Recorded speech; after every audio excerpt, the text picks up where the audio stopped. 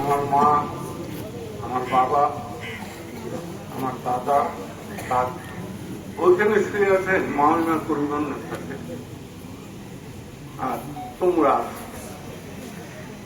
পিছনে বসা আছে আমার জীবন সঙ্গী রাজাসের দিকে, আর বসা আছে যে কথাগুলো বাংলাদেশ তার দেশের দিকে বিরুদ্ধ বলেছে, একটিও কিন্তু ভুল হবে। আমার মা, আমাদের মা ৬৬ সালে যে সাতক কলেজের প্রিন্সিপাল তার সাথে কথা বলে, তিনি বলছিলেন যে আপা ওকে ট্রান্সফার সার্টিফিকেট দিয়ে দেই, রাজশাহীতে ভর্তি। তো মা বলছিলেন আমি আমার আবিরুল্লাহ সাদত কলেজের প্রধান গেট দিয়ে আনবো, পিছন দিক দিয়ে অর্জিত আর দিকে আনবো না। আমাদের মা আমার বাবার প্রতি সাংঘাতিক রকমের রাগ আছে, কিন্তু আমি সবসময় দেখি যে আমাদের যে চরিত্র বৈশিষ্ট্য, আমরা যে ভীরু নই,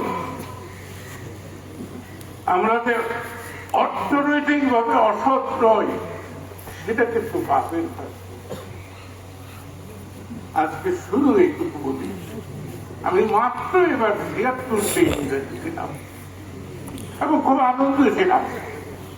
আল্লাহকে বলতাম, আল্লাহ তুমি যা দিয়েছ সেটা নিয়ে যেন তুমি নিয়ে যেতে পারো, মাঝখানে আমি যেন কোনো অপকর্ম না করি, আমার মায়ের, আমার ভাই বোনের, আমার জীবন সঙ্গে মুখে কলঙ্কের দাগ যেন। হ্যাঁ, ৫০ বছর পরে আমরা দুই ভাই থাকবো।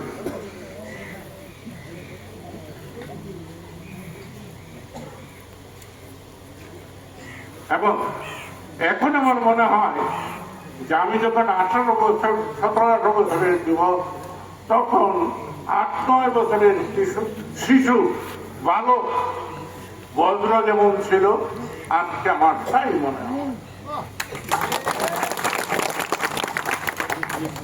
তোমরা কি চিন্তা করতে পারবে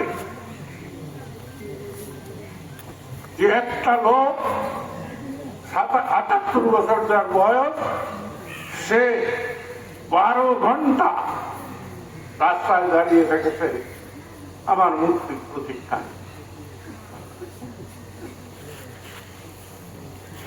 আমি ডক্টর ইউনূসের যে পরিষদ, এটাকে সরকার বলি না, এটা হলো পরিষদ। আমি তার বিরুদ্ধে কিচ্ছুই বলবো না, সে লুম্বি নাকি আমি শুধু বলবো দেশের ঠাই পাচ্ছে না, পাবেও না। বঙ্গবন্ধু শেখ মুজিবুর রহমান স্বাধীনতার পরে পায় নাই, আমরাই তাকে বিপদগ্রস্ত করেছি। জিয়া রহমান কামান ডেকেছে, পারে নাই, একসাথ পারে নাই, খালেদা পারে নাই, আর এখানের নামই আমি নিতে চাই না। একটা কোনো যা, ১০০০টা কোনো পাই।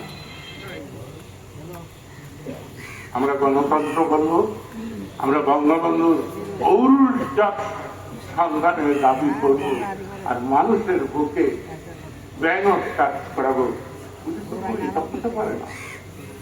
আমি ভদ্রের সাথে একমত যে আল্লাহর অপার করুণা আমরা আওয়ামী লীগ থেকে পরিষ্কার। আর আজকে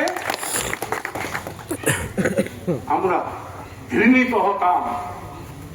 আমি জেলে গিয়ে দেখেছি যে সে বড় বড় কুতুবরা ৫ই আগস্টের আগে যে ভাব করত, সে ভাব ধ্বংস হয়ে গেছে। আল্লাহ ওই ভাববাদীদের, অহংকারীদের, দাম্ভিকদের পছন্দ করে না।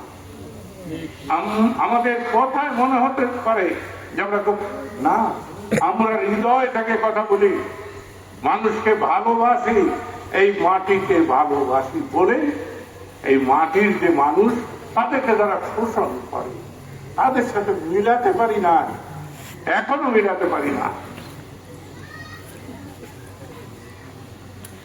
আল্লাহ রহমতে আমি অনেক বড় জীবন পেয়েছি। কালিয়াতেই নয়, বাংলাদেশের মানুষরাও ভালোবাসা পেয়েছে। পিছনে লাগাতে সিয়াসিনের স্রেফ লতিফ সিদ্দিকীর মুক্তির জন্য তাকে আপনারা করতেছেন কোন কর্মসূচি। আজকে বলবো, কেউ কেউ মনে করেন যে বঙ্গবীর বোধহয় ঠিক না। আমি তোমাদেরকে স্পষ্ট করে বলি, বহু ঘটনার মধ্য দিয়ে আমি বঙ্গবীর কাদের সিদ্দিকীকে, ওটাকে বলে এসিড দেশ, মানে পুরানো। তাই আজকে এই শুক্রবারে মা বাবা পরিমন্যতাকে সাক্ষী রেখে বলছি, আমি কোনোদিন কোন রাজনৈতিক দলে আর যোগ দেব না, কিন্তু বঙ্গবীর কাদের সিদ্দিকীর সাথে আল্লাহর রহমত আমি 100 বার থাকবো। এটা আবার বলছি,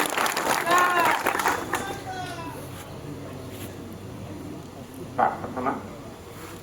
আমি শুনেছি ভদ্রই বলেছে যে আপনার এলাকার মানুষ আপনাকে নিয়ে খুব মানসিক কষ্ট আছে, আপনাকে এত ভালোবাসে।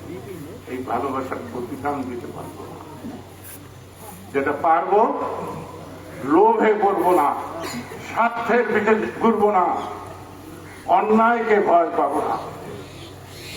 আমরা এখন স্পষ্ট আমি বলি যে আমি নয়, বঙ্গবীর তাদের থেকে বীরুত্তমের নেতৃত্বে আমিও কাজ করবো।